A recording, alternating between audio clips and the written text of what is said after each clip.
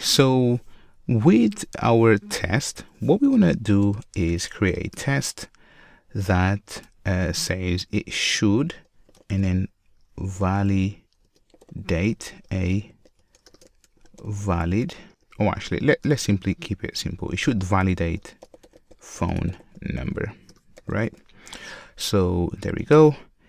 And right here, remember what we need to do is actually do the following. So inside of the setup method, let's go ahead and create a private and then phone number validator, right? There we go. And actually, sorry, let's call this under test as we've been doing. And now we're going to say under test equals to new, and then let's grab this, and there we go, right?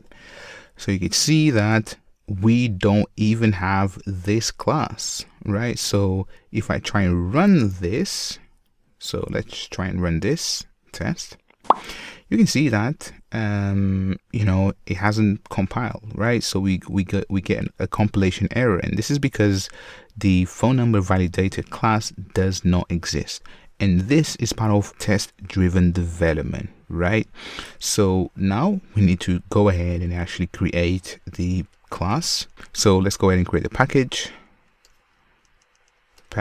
and then utils, and inside of utils we need a class called, so class, and then paste that in, and there we go. So now if I go back to my test, you can see that if I now try and run this test, this should work. There we go. So you see that it did work.